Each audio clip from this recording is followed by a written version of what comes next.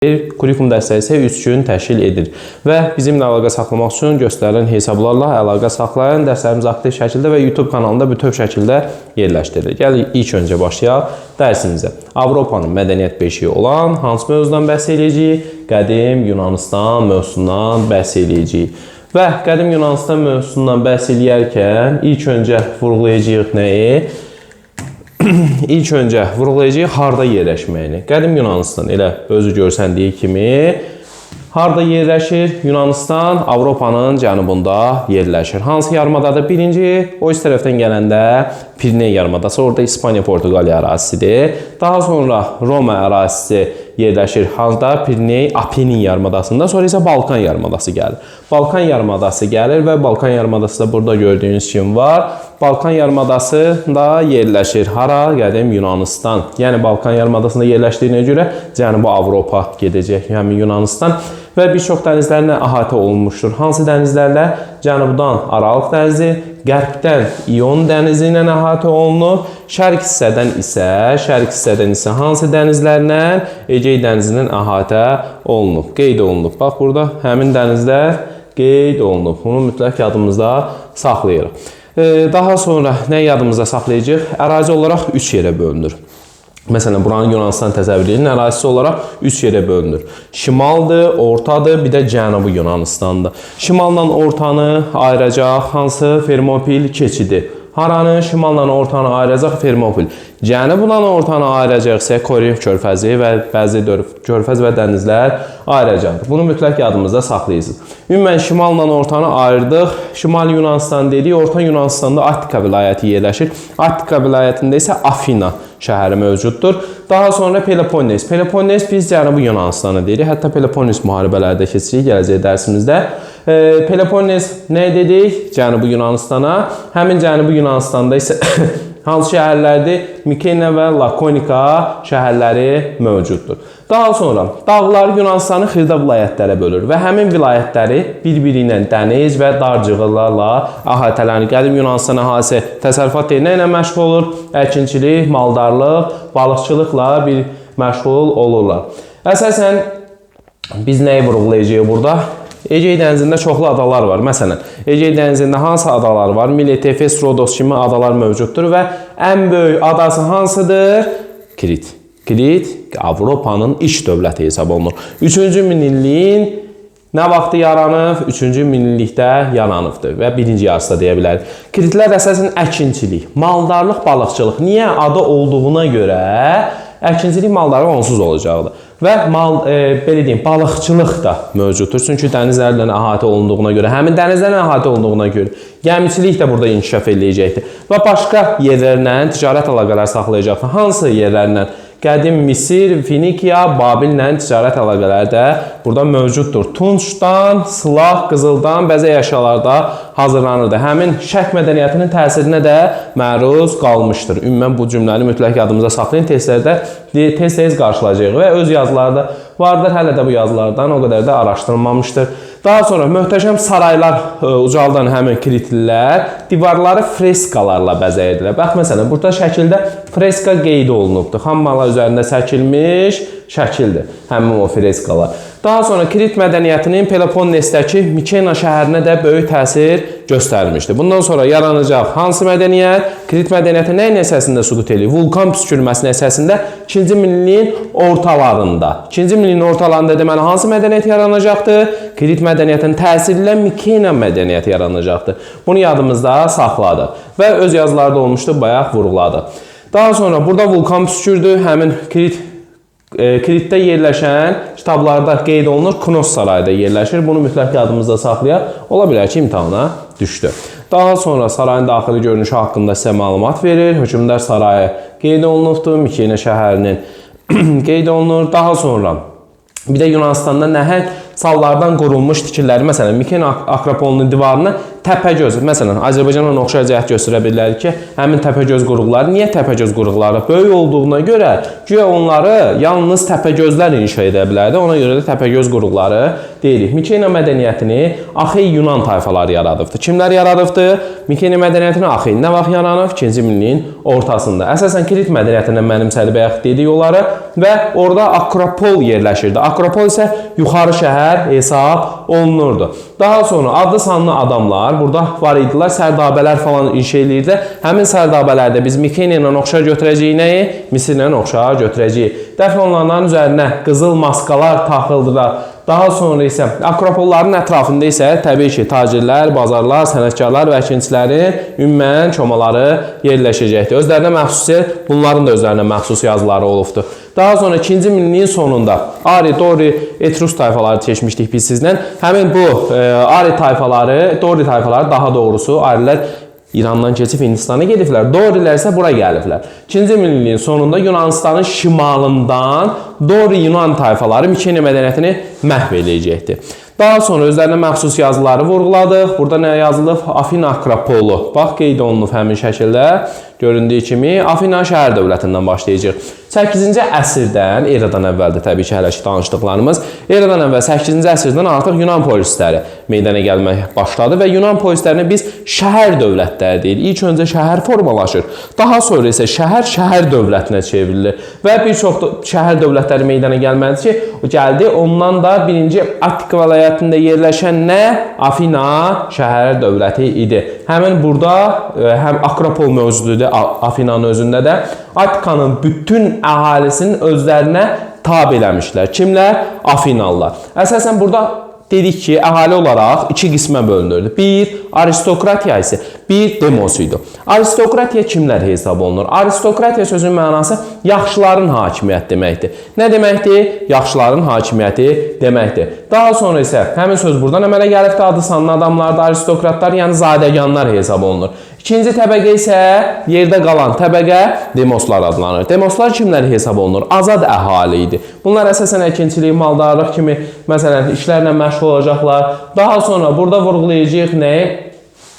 Burada vurğulayacağıq yuxarı, belə deyim, dağlar yerləşir. Təpələrin yamacında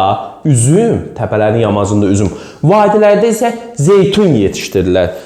Məsələn, coğrafiya dərsindən keçirikcə elə Yunanistanın özündə də zeytun yetişdirilir. Sənətkarlar burada nə yaradırdılar? Amforalar. Amforalar bizim məsələn qədimdə olan küp qablara oxşuyurdu. İki quplu, dar boğazlı qablar inşa eləmişlər, məsələn yaratmışdılar. Zeytun və şərab yağı da həmin qablarda saxlanılırdı. Məsələn, agora, bazar meydanı hesab olunur. Məsələn, Yunanistanda agora idi, Romada isə necə adlanırdı? Forum adlanırdı. Bunu mütləq yadımızda saxlayaq. Daha sonra isə burada gümüş pullar eramızdan əvvəl 7-ci əsrdə yaranmağa başladı. Niyə gümüş pullar? Məsələn, başqa yerdə biz dəmirdən istifadə edirik. Məsələn, burada gümüş pullar gümüş yataqları olduğuna görə deyəcəyik. Bunu mütləq yadımızda saxlayırıq. Daha sonra bunlar günəmuzçular işlədirlər. Günəmuzçu nə deməkdir? İndiki sistemlə, məsələn, indiki Azərbaycan sisteminə fəhlə sistemi. Yəni haqqını gəlirdilər, işləyirdilər, haqqını alıb gedirdilər. Yəni buna da nə deyirdilər? Günəmuzçular deyirdilər. Aristokratlar və yaxud da belə deyim, iri kəndçilər həmin adamları gətirdilər, işlətdilər öz yerlərində və daha sonra isə həmin adamlar getdilər, böyük sahiblərdən pul aldılar, borc aldılar. Həmin borc aldığı adamın apardılar sahəsinə qoydular. Daş belə deyim var idi, post daşı adlanırdı. Həmin daşın üzərində də isə biz tarix yazırdıq, qeyd eləyirdik. Əgər həmin tarixdə həmin borc alan insan borcunu qaytarmasa, ailəsinlə bir yerdə nəyə çevrilirdi? Qula çevrilirdi. Bunu mütləq yadımızda saxladıq. Daha sonra biz nəyi yadımızda saxlayacağıq burada? Demos ilə aristokratlar arasında mübarizə. Əsasən burada 7-ci əsrdə Afinada bütün məsələləri adlı sanlı adamlar, yəni aristokratiya, yəni burada başında kimdir? Ağsaqqallar şurası həll edirdi. Kimlər həll edirdi? Ağsaqqallar şurası. Ağsaqqallar şurası bir yığıncaqdır. Məsələn, bunu belə yadımızda saxlayaq. 2 yerə bölünür. Bir Ağsaqqallar Şurası olur, bir Xalq Yığıncağı olur. Burada Xalq Yığıncağının səlahiyyəti azdır. O qədər də çox işlər görənmirlər. Həm də qanuni orqan deyildi 7-ci əsrdə. Bunu yadımızda saxlayaq. Amma 7-ci əsrdə əsas orqan hesab olunur nə? Ağsaqqallar Şurası. Bunlar qanunu hazırlayır. Verəcək hara? Verəcək məhkəməyə. Məhkəməyə verəndə adlı sanlı adamların həyatını və əmlakını qoruyacaqdır. Həmin qanunlardan biri isə eramızdan əvvəl 621-ci ildə Drakon qanunlardır. O qədər sərt şəkildə yazılmışdı ki, həmin bu qanunlar adi bir cüzi səhvə görə ölüm hökmü verirdilər. Ona görə də bu qanunlara necə deyirdilər? Mürəkkəblə deyil, qanunla yazılmışdır həmin qanunlar. Bunu mütləq yadımızda saxlayırıq. İkinci hissədə isə Xalq Yığıncağı doğrudur. Xalq Yığıncağı ali hakimiyyət orqanına çevrilirsə 6-cı əsrin sonundan. Həmin onlar da nə seçəcək? Özlərinə müvafiq olaraq demosların tərəfində duran, yəni xalqın tərəfində duran kimləri seçirdilər? Belə deyim, strateqləri seçdilər. Strateqdə 20 yaşına çatmış bütün vətəndaşlar seçilə bilərdi həmin strateqlər. Daha sonra həmin Solon islahatlarına gələcək. Bundan sonra biz nəyi vurğulayacağıq? Solon islahatlarında daha çox hara getdi Solon? Aha. Solon islahatları. Solon islahatları əsasən həmin aristokratla demosun arasında mübarizə getdikcə çətinləşməyə başladı. Yəni demosun zadəganların hakimiyyətindən narazı qalması onlar arasında münasibəti gərginləşdirəcək. Həmin münasibətdən biri də iqtisadi problemlərdir. Yəni bunlar arasında həmin problemlər nələrə gətirib çıxardı? Xalqın tələbinə gətirib çıxardı. Nə istəyəcək xalq? Yəni demos nə istəyəcək? Afinanın idarə olunmasında iştirak etmək. Deməli demos nə istəyir burada? Afinanın idarə olunmasında iştirak etmək. Kəndlilərə borc, belə deyim, borc deməyək də, kəndlilərə torpaq payı verilməsini istəyəcək və borcların ləğv edilməsini. Çünki borca görə hüquq edilənlər falan var idi, ona görə. Həmin bu narazılıqlar Solon başladı hökmdar olaraq. Solon özü hökmdardır. Bunu yadımızda saxlayırıq. Eramızdan əvvəl 594-cü ildə islahat keçirmək məcburiyyətində qaldı. Niyə? Çünki əsasən azad xalq demosu, düzdürmü? Həmin xalq elə hərbi xidmətə gedir. Xidmət müqabilində isə ölkəsini qoruyur. Xalq ölkəsini qorumayandan sonra, yəni demos qorumayandan sonra necə olmalıdır? Əlbəttə ki, həmin dövlət zəifləyər. Bu da demosa güzəştə getməyə razı olur və islahat keçirir. Həmin Solon islahatında nə deyəcəyik? Biz əsas yadımızda saxlayacağıq. Belə deyim, Solon islahatında 6-cı əsrin sonunda həmin belə deyim, strateqlər seçməyə başlayırlar. Hələ bu 6-cı əsrin əvvəlindən misal gətiririk. Daha sonra 594-də hökmdar seçilən Solon islahat keçirir və islahatda nə deyir? Bunu mütləq yadımızda saxlayırıq. Hər bir sözü cümlə yadımızda saxlayaq. Kəndlilərin borcları ləğv edilir. Borca görə qul edilən Afinalılar azad olunur. Afinalıların gələcəkdə borca görə qul edilməsi qadağan edilir. Və bir də Attikanın yerli sakini olan bütün kişilər, bunu yadımızda saxlayırsınız. Bütün kişilər nə olur? Dövlətin vətəndaş hüququnu alırlar. Bir də taxıl və digər zəruri ərzaq məhsullarının ixracı xaricə qadağan olur. Bu islahat kimin islahatıdır? Solonun islahatı yadımızda saxlayırıq. Həmin bu Solon islahatı keçirdi. Solon islahatı keçirəndə islahatların nəticəsi qeyd edilir. Və islahatların nəticəsində Afina vətəndaşlarının hüquq və vəzifələri onların əmlakına uyğun müəyyən edilməyə başladı. Nəyə uyğun? Hüquq və vəzifələri əmlakına uyğun müəyyən edilməyə. Yəni varı ilə kasıb arasında yenə fərq qoyurdu. Həmin yoxsul vətəndaşlar yenə də burada vəzifəyə seçilə bilməzdilər. Amma hər kəs, belə deyim, xalq yığıncağında iştirak edə bilərdi. O hamının hüququ idi. Çünki vətəndaş hüququ verilmişdi axı bunlara.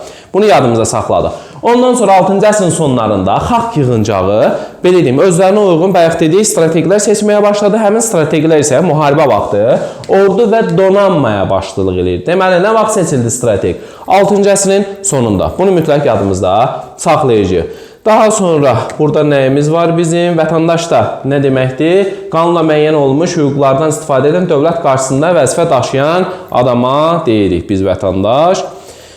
Daha sonra Sparta dövləti haqqında danışacağıq. Yunan şəhər dövlətlərindən biri isə Spartadır. Sparta Cənubi Yunanistanda yerləşir. Bunu yadımızda saxlayırıq. 2-ci minliyin sonunda Dori tayfaları gəldilər Cənubi Yunanistanda Lakonika vilayətini işğal elədilər. Nə vaxt? 2-ci min sonunda gəldilər Dorilər Lakonikanı işğal elədilər. Həmin Lakonikanı tutanda Sparta şəhərinin əsasını qoyur. İlk öncə Sparta şəhərinin əsasını qoyur. Şəhər dövləti demirik hələ. Və özlərini isə Spartalılar adlandırmağa başladılar. Afina ilə eyni vaxtda şəhər dövlətinə çevrilir. Yəni nə vaxt? Eramızdan əvvəl 8-ci əsr. Bunu mütləq yadımızda saxlayırıq. İşğalçılıq müharibələrin nəticəsində Spartalılar bütün Cənubi Yunanistanı özlərinə tabe edirlər və əhalinin isə qula çevirirlər. Qulları necə adlandıracaqlar? Hilot adlandırırıq. Bunu mütləq yadımızda saxlayırıq. Və Peloponnesin azad əhalisi Spartalılara vergi verirdi. Sparta hərbiləşdirilmiş dövlət idi. Yəni burada əsas qanunlar nə idi? Hərbi əsasında qurulurdu. Bunu mütləq yadımızda saxlayırıq. İdarə etmə sistemi 2 yerə bölünürdü. Belə deyim, əsasən 2 hökmdar seçə bilirdilər. Bir, hökmdarlar müharibə vaxtı orduya başçılıq eləyəcək. Bir var idi Ağsaqqallar Şurası. Ağsaqqallar Şurası qanunları hazırlayırdı, verirdi xalq yığıncağı. Xalq yığıncağı da həmin qanunları müzakirə edib səs verirdilər. Bunu yadımızda saxladıq. Daha sonra isə nə yadımızda saxlayacağıq? Spartal kişilər hamısı döyüşçü idi. Döyüşlə məşğul idi. Döyüşdən başqa işlə məşğul ola bilməzdilər. Bəzi şeylər amma həmin bu Spartalları qadağan edir. Gedirdilər, hara xaricə gedə bilməzdilər. Ancaq səfər zamanı gedə bilərdi. O da döyüş falan olanda xaricə gedə bilməzdilər. Kimsə xaricdən gəlməsinə icazə verilmirdi. Əsasən döyüş sənəti ilə məşğul idilər. Bunlara nə qadağan idi? Fəlsəfə, ədəbiyyat, incəsənət kimi elmlər qadağan idi. Çünki hərbiləşdirilmiş dövlət idi. Başqa işlə məşğul olmaq qəti qadağan idi. Əsasən ayrı bir işlə məşğul ola bilməzdilər. Döyüşdə bunların quruluşu, döyüş quruluşu falanga sistemi. Bax, məsələn, burada şəkildə göstərilibdir. Əslində, burada əkinə yararlı torpaqlar az olduğu üçün deyirik ki, bunlar döyüş sənətindən məşğul idilər. Daha sonra bu dövrdə tiraniyalıq da yaranmağa başladı. Əsasən koloniyalarda olan, bəzi koloniyada keçəcəyik, indi az qalıbdır. Koloniyalarda olan bəzi varlı aristokratlarla Yunanistanda olanlar arasında mübarizə başlayır və bir nəfər aristokrat tiraniyalığı yaradacaqdır son islahatından sonra.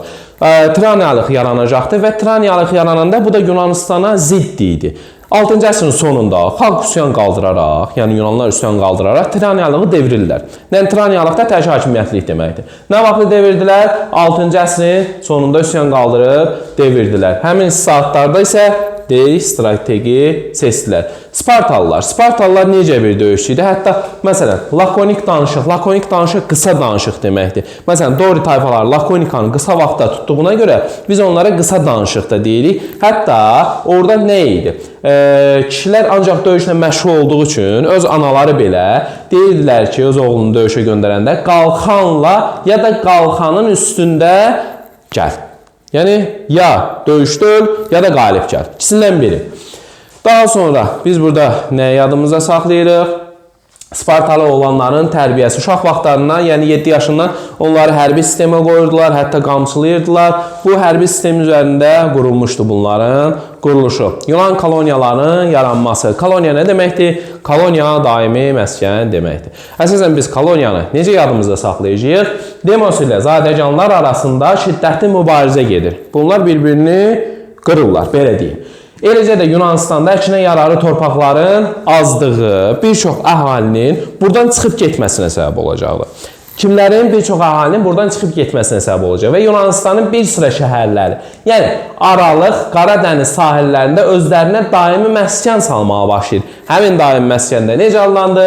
Yunan koloniyaları adlanacaqdır. Eramızdan əvvəl 8-6-cı əsr. Deməli, koloniya nə vaxt yaranmağa başladı? 8-6-cı əsrlərdə yaranmağa başladı. Əsasən koloniyalarda nəyi vurğulayacağıq biz burada? Dəniz sahilində koloniyalar meydana gəldi və torpaqsız kəndlilər. Kimlər idi ora gedənlər? Bir, torpaqsız kəndlilər. Bir, varlanmaq istəyən tacirlər həmin koloniyalarda məskunlaşdılar. Niyə getdilər?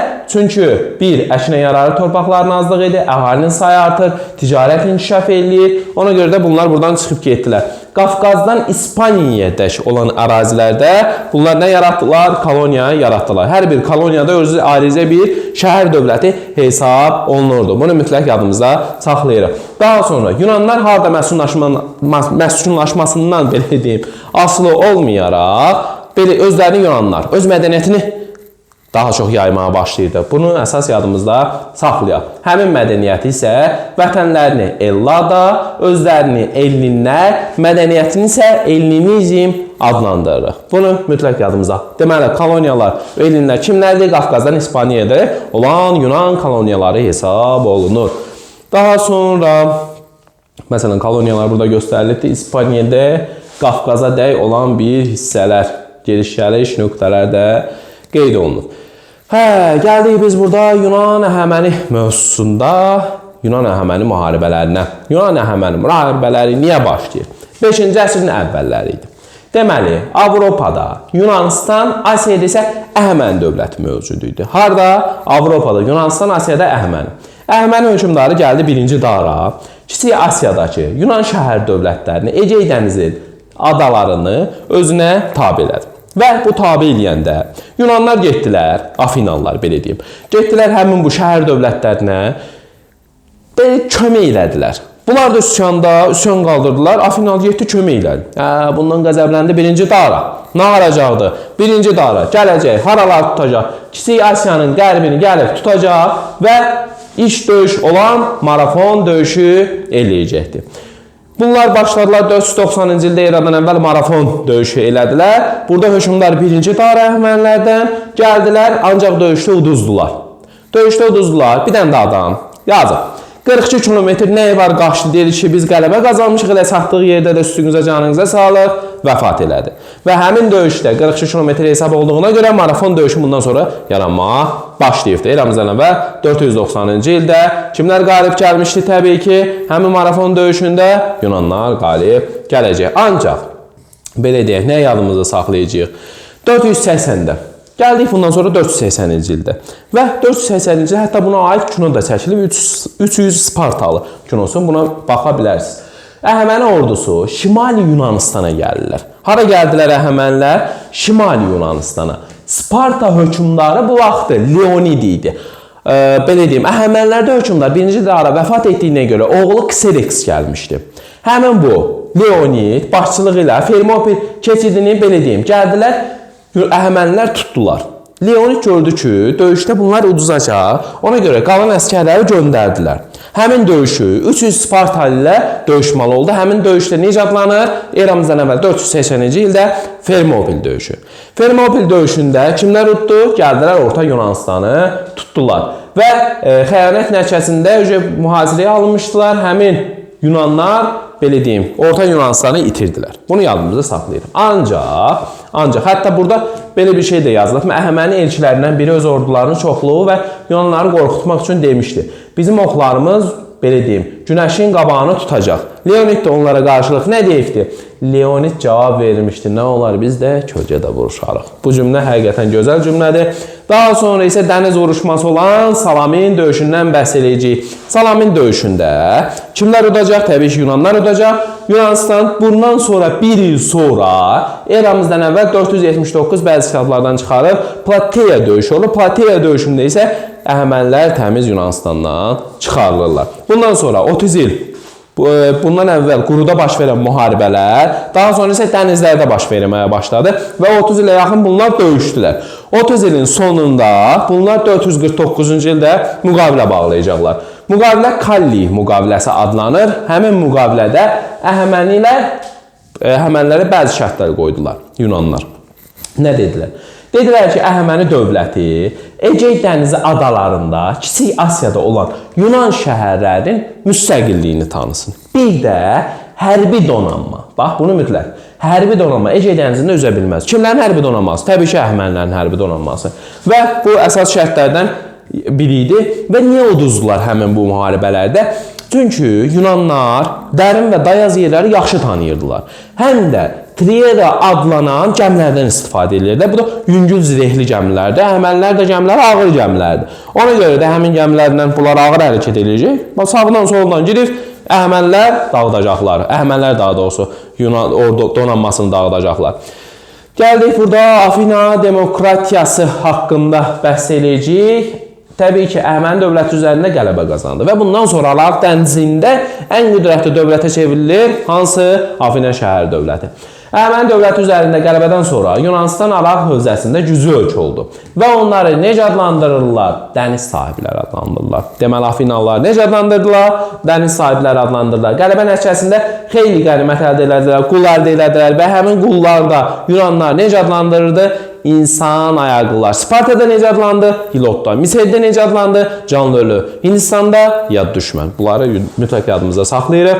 Və 5-ci əsrin ortalarında Afinada ən qüdrətli dövrü hesab olundu və onlar, belə deyim, yoxsul vətəndaşların hüquq və vəzifələri xeyli artdı və onlar bütün vəzifələri tuta bilərdilər. Kimin islahatında? Periklin islahatında. Eramızdan əvvəl 428-ci ildə hər il dalbadal seçilən, 15 il dalbadal seçilən kim seçildi strateg? Perikl. Periklin strateqli dövründə nə olacaqdı?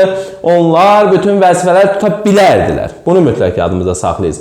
Vəzifəyə görə əmək haqqı verilirdi. İlk əmək haqqı da elə Perikldan verilməyə başlayıbdı. Yəni maaş sistemi, indiki maaş sistemi. Və Afinada qurulalıq demokratiyasının çiçəklənməsi də kimin dövrü hesab olunur elə? Həmin bu Periklin dövründən hesab olunur. Periklin dövründə xalq yığıncağı idi. Xalq yığıncağında isə qanunlar qəbul edilir, müharibə sülh məsələləri idi və qəbul edilirdi. Və hətta həlak olanların ailələrinə, uşaqlarına, qocalara Perikl yardım etməkdə özlərinə götürmüşdü. Və müharibə strateglər, xəzinədar və yığıncaq da seçilirdi. Xalq yığıncağında kimlər idi? Xalq yığıncağına seçilənlərin 20 yaşına çatmış vətəndaşlar hesab olunurdu. Və demos isə xalqın hakimiyyəti, demokratiya. Həmən bunlar Yunanistana biz demokratiya sistemi deyirik. Çünki xalqın hakimiyyəti.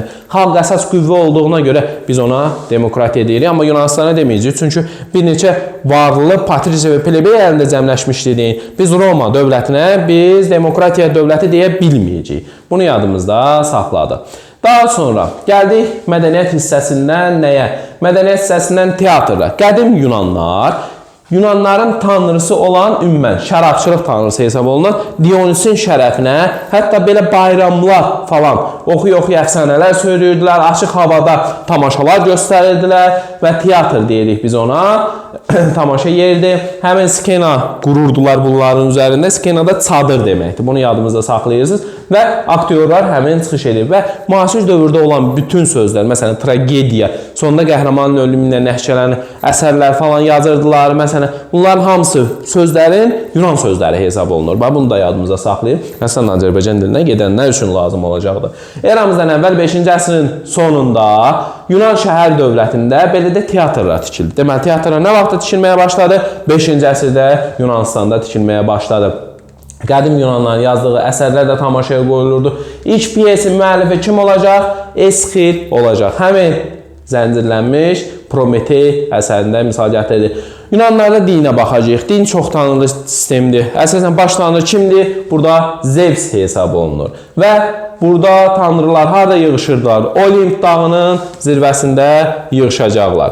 Bunu yadımızda saxladıq. Daha sonra burada kimdir? Məsələn, Zevsi qeyd edilibdir. Zevs tanrılarının özü də əhatəsini alıbdır. Daha sonra isə təhsil sisteminə baxacaq. Yunanlar təhsil sisteminə xüsusi önəm verirdilər. Əsas təhsil sisteminin mərkəzdə ilə Afina şəhəri hesab olunurdu. Belə deyim, kasıb əhali, ortabab əhali, həmin əhalinin uşaqları da təhsil alırdı və həmin təhsil alanlara stil var idi. Stil iti uclu qələm idi və arxa tərəfindən isə pozurdular. Bunu da mum lövhələr üzərində yazırdılar. Daha sonra öz əlifbası vardı. Həmin əlifbalar əsasında isə Latınla Kiril əlifbası yaranır. Bunu mütləq yadımıza saxlayırıq, düşəcəkdir. Hansı əlifba yaranır? Latınla Kirilin əlifbası bundan sonra yaranacaq. Homer dövrü. Əvvəl kitablarda keçir, indi çıxıb hər ehtimala yadımıza saxlayın. Məsələn, Homer dövrü eramızdan əvvəl 11-9-cu əsrlərdə. Həmin Homerdə İlyada və Odisseya poemalarını əzbərləyirdilər. İlyada və Odisseya poemasını əzbərləyirdilər, yaranıbdır. 8-ci əsrdə, 6-cı əsrdə isə yazıya alınıbdır. Bunu mütləq yadımızda saxlayırıq. İlk elm mərkəzi 7-ci əsrdə Milet şəhəri idi. 5-ci əsrdə ilə çevrilir hansı şəhərə? Təbii ki, Afina şəhərinə. Bunu mütləq yadımızda saxlayırıq. Məsələn, Demokrit kim idi? dünyanın atomu müəyyən hissəciklərdən, zərrəciklərdən ibarət olduğunu söyləyib ki, Demokrit. Hipokrat təbii ki, həkim olubdur. Müəyyən xəstəlikləri falan, xəstəliklərə qalib gəlmişdir. Aristotel elmi biliklərə ayrılır, yəni ayrı-ayrı sahələrə ayrılır. Məsələn, burada botanika, fizika, təbiət adları da vermişdir. Aristotel hətta İskəndərin müəllimidir. Danışacaq onu Makedoniya mövzusunda. Daha sonra təbii ki, tarixin atası kimdir? Herodot olacaqdır. Həmin Herodot 5-ci əsrdə yaşayıbdır. Tarixin atası hesab olunur. Yunan Əhəməni müharibələri haqqında, Misir haqqında, hətta belə Azərbaycan haqqında belə məlumat vermişdir. Bunu mütləq yadımıza saxlayaq düşəcəkdir. Daha sonra Aristotel İskəndərin müəllimi olubdur. Hətta deyək ki, Filippə həyatı üçün Aristotelə ləyaqətlə yaşadığına görə borcludur. Bunu İskəndər özü belə demişdir. Daha sonra Afinanın heykəli, memarlıq. Memarlıqda Yunanistan memarlıq incəsənəti çox inkişaf eləmişdi. Hətta burada belə deyim, 6-cı, 5-ci əsrlərdə Dorik, İonik, Potrik belə sütunları mövcud idi. Afina Akropoludur. Akropol nə oldu? Yuxarı şəhər oldu. Və bunlardan ən möhtəşəmi isə ilahə Afinanın şərəfinə Fidi tikmişdi. Fidi hansı abidə idi? Burada Parfenon, burada Allahlar yığışdığı məbəd hesab olunurdu. Hətta buna Fidi tikmişdi və qızıl fil sümüyündən ilahə Afinanın 12 metrli heykəlini belə düzəltmişdi. Daha sonra Olimpiya oyunları barədə danışacağıq. 4 ildən bir keçirilir. Yunanistan tarixinin başlanğıcı eramızdan əvvəl 776-dan Afina oyunları. Bunu yadımıza saxlayaq. 4 ildən bir keçirildi. Qadınların iştirakı qadağan idi. Burada əsasən bu harda keçirildi? Cənubi Yunanistanda Olimpiya şəhərində. Olimp dağında demirik ya. Olimpiya şəhərində belə deyim keçirildi. Məbədin içərisində Zevsin fili tərəfindən yaradılmış heykəl də var idi. Olimpiya oyunları idmançılar əslində qaçmaq, tullanmaq, güləşmək, disk, nizə atmaq, eləcə də yumruq döyüşləri, ən təhlükəlisi isə at arabalarının yarışı idi. Çünki at arabalarının məncə qıraqlarına belə deyim də qılınc bağlayırdılar, bir-birini belə deyim ən təhlükəlisi hesab olunurdu və bu oyunlar zamanı bütün müharibələr dayandırılırdı, sülh vəziyyətində yaşayırdılar. Qalibi isə zeytun ağacının budaqlarından hörünmüş çənəklə mükafatlandırırdılar. Daha sonra 776-dan hesablanır. 4 ildən bir keçirilir. Bunu yadımıza saxladıq və Yunan şəhər dövlətlərinin tənəzzülünə gəlib çatdıq. Artıq burada Afina, belə deyim, Sparta ikisi də güclü dövlətdir.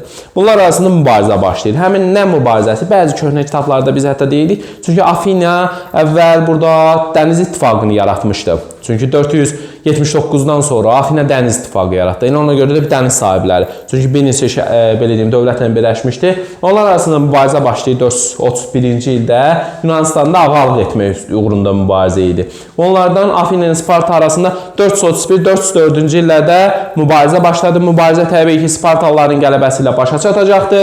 Həmin Afina və onun köməkçiləri, belə deyim, müttəfiqləri həmin mübarizədə məğlub olacaqlar. Yaranmış vəziyyətdən kim istifadə edəcək? Makedoniya dövləti məharətlə istifadə edəcək. Bundan da Yunanistan mövzusu qutarır, keçirik Makedoniya mövzusunda. Bilən biraz dərsimiz çoxdur, ağırdır, yorulmayın. Onsuz da yarı-yarı verirəm, yarı-yarı öyrənirsiniz. Və Makedoniya, Yunanistan. Gəldi İskəndərə. Makedoniya Yunanistanın düz şimalında yerləşir. Şimal-şərq də deyə bilərsiniz, şimal da deyə bilərsiniz. Əsasən paytaxtı Pelladır. Makedoniya dövlətinin paytaxtı, imperiyasını demirik. Çünki imperiyasının paytaxtı olacaq Babil şəhəri. Bunu yadımızda saxlayaq. Dövlətin paytaxtı Pella idi. Ən güclü hökmdarlarından biri isə 2-ci Filip, yəni İskəndərin atası olubdu. Həmin bu Filip ilk öncə zəifləmiş Yunan şəhər dövlətlərindən başlayacaqdı müharibəyə. 338-də hansı döyüş eləyəcək? Xeyroneia yaxınlığında döyüş eləyəcək. Döyüşdə Yunanları məğlub eləyəcək. Bundan sonra Yunan şəhər dövlətləri azadlığına son qoyulacaq. Bu cümləni yadımızda saxlayın. Yunan şəhər dövlətlərinin azadlığına son qoyuldu. Lakin Yunan şəhər dövlətləri daxil özünü idarə etməni saxladı, amma Spartadan başqa son qoyuldu. Sparta daxil deyildi buna. Bunu yadımızda saxlayırıq. Daha sonra, məsələn, burada Makedoniya quruluşu var. Döyüş sisteminin. Gəldi 2-ci Filip, üstünüzə canınıza sağlıq, vəfat etdi. 336-cı ildə. Filip getdi. 334 İskəndər gələcək. Hətta Xeyroneia döyüşündə İskəndər sərkərdə kimi iştirak edirdi. Bu testlərə düşəcəkdir. 334-cü ildə, 36-da İskəndər gəlir, 23 kimi hakimiyyətdə olur. 34-də şərqə yürüş eləməyə başlayır. İlk öncə şərqə yürüş eləyəndə gələcəkdir 334-dən Əhəməni ordusuna qalib gələcəkdir. Və 334-də Qranik, 33-də İs, 31-də Qavqamela ilə döyüş eləyəcək. Hələ bu döyüşlərdən qabaq Suriya ilə Fələstini tutacaqdı. Suriya ilə Fələstini tutacaq, sonra gedəcək Misrə. İstən sonra Misrə gedəcəkdi. Misrə gedəndə elə Suriya ilə Fələstini tutub Misrə keçir. Misrə getdi. Misrə gedəndə 332-də bunu müqavimətsiz tutacaqdı. Həmin İskəndəri də necə adlandıracaqlar? Firon və yaxud da Tanrı adlandıracaq. Hətta şərəfindən şəhər belə saldıracaqlar. Sonra Misir padşahlığının elə paytaxtına çevrilir həmin şəhər. İskəndəriyə şəhəri. Misri də döyüşsüz tutdular bunlar. Daha sonra Əhəmənilərlə başladıq döyüşə. Qavqamela döyüşü 331-ci ildə 2-ci adı Cancal vuruşması da deyirik bəzən buna. Çünki Cancal düzəldiyində baş vermişdi. Həmin döyüşdə kim qaçacaq? Üçüncü Dara qaçacaqdı şərqə tərəf. Üçüncü Dara qaçdı. Ancaq öz yaxın dostu tərəfindən, Beys tərəfindən Dara öldürüləcək. 330-da 550-dən yaranmış Əhəmənilər dövləti süqut edir. Əhəmənilər keçir kimin tərkibinə? Təbii ki, Makedoniyalı İskəndərin tərkibinə. 327-ci ildə İskəndər təzədən yürüş eləyəcəkdi Hindistana. Gedib Hindistanın, demişdik sizə, keçən səfər Hindistanı izah eləyəndə, qərb hissəsini tutacaqdı. Yəni, şimali qərb hissəsini tutur, çünki Hind sayına ödər. Olan ərazilər içərilərə doğru irəliyəmir. Həm cəngəlliklər, həm də kiçik dövlətlər olduğuna görə irəliyə bilmir. Orada 2 dənə səbəb qeyd edilir. Bir, əhalinin ciddi müqaviməti, bir əsgərlər yorulmuşdu. Bundan sonra isə 323-cü ildə İskəndər vəfat eləyir və hətta burada məsələn Makedoniya döyüşçülər bir səhradan keçərkən susuzluqdan əziyyət çəkir. Və İskəndər üçün biraz su tapsalar da bu su, İskəndər həmin suyu içməyir. Bu su təkcə mənim üçün yox, döyüşçülərin hamısı üçün azdır deyərək suyu qumun üzərinə tökür. İskəndərin də belə yeri var. Daha sonra Makedoniyalıların işğalları nəticəsində Balkan yarımadasından Hind çayına qulan ərazilər haradır? Makedoniya imperiyasının ərazisi. Bax, məsələn, qeyd olunubdur burada. Haradır? Misiri tutur. Məsələn, buradan Babildi, Qavqamela falan buradan yerləşir. Yadımızda saxlayaq. Pella, bax, dedik sizə Makedoniya burada yerləşir də. Yunanistan da buradadır. Burada yerləşdi. Daha sonra nə yadımıza saxlayaq? Qurduğu imperiyanın paytaxtı Babil şəhəri olur və dövlətin paytaxtı Areydanba, Pella şəhəri. Bunu yadımıza saxlayaq. 323-də bu 7. Bunun yerində 3 dənə dövlət yaradacaq. Misir, Suriya, Makedoniya padşahlığı. Və bundan sonra getdiyi yerdə hətta öz adından şəhərlər belə saldırmağa başlayırdı. Çünki və hərbi dəstələr falan saxlanılırdı. Daha sonra isə burada nə yadımıza saxlayacağıq? Yunan Makedoniyalılar məmurlar təyin edirdi həmin yerlərə və getdiyi yerlərdə isə elin mədəniyyəti yaymağa başlayırdı. Daha sonra İskəndər tərəfindən Nilin deltasında bayaq dedik, İskəndəriyə şəhəri saldırılıbdı və Araq dənizi sahillərində ən böyük şəhər hesab olunur həmin şəhərdə. Hətta bu İskəndəriyə mayakı da var 140 metr hündürlüyündə və dünyanın 7 möcüzəsindən biri hesab olunur həmin bu mayak. İskəndərin fətləri və Avropa, Asiya, Afrika gətirilmiş mallar da bunlarda ticarət saxlamağa imkan verirdi və İskəndər getdiyi yerdə kitablara xüsusi maraq göstərirdi. Ona görə də kitabxanalar açdırırdı. Hətta 700 minə yaxın əl yazma var idi onun kitabxanasında. Hansı alimlər mövcuddur? Evklid, Arximed kimi böyük alimlər də burada mövcuddur. Daha sonra həmin Makedoniya imperiyası daxili çəkişmələr o qədər də möhkəm olmadığından daxili çəkişmələr nəticəsində süqut eləyir və süqut eləmir deyə Romalılar tərəfindən işğal olunur.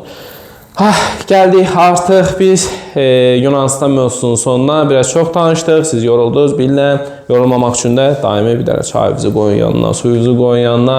Qəşəng bir dənə də peçenya isti qulaq asın. Və bu dərsləri inşallah ki, hər birinizə uğurlar arzulayıram ki, bu dərsləri mütləq yadımızda saxlayırıq. Məsələn, necə yadımızda saxlayırıq? Kitabı qoyun qabağınıza. Mən buradan izah verdikcə də kitabın altından xətt çəkərək, həm də videoya baxaraq, səsli şəkildə, görüntülü şəkildə, kitabda qeydlər apararaq, bu cürlə necə kömək olar artıq sizə. Və sizdən də bir dənə xahişimiz nədir ki, YouTube kanalına abunə olun və həmin kanalı paylaşmanız. Başqa şey istəmirik ki, İnşallah dərslərimiz davamlı olaraq YouTube kanalında bütün şəkildə yerləşdirəcək. Sadəcə siz paylaşın, siz dəstək olun. Bizim qalxmamıza elə sizlər kömək eləyirsiniz. Bunu sizdən istəyirik də. Çünki əziyyəti çəkirik. Sizdən də bir dənə xahişimiz bunu paylaşıb dünyaya tanıtmaq deyim, Azərbaycana tanıtmaq deyim. Qalanı sizlikdir, bizlikdir. Oldu Allah'ın amanında hər birimizə uğurlar.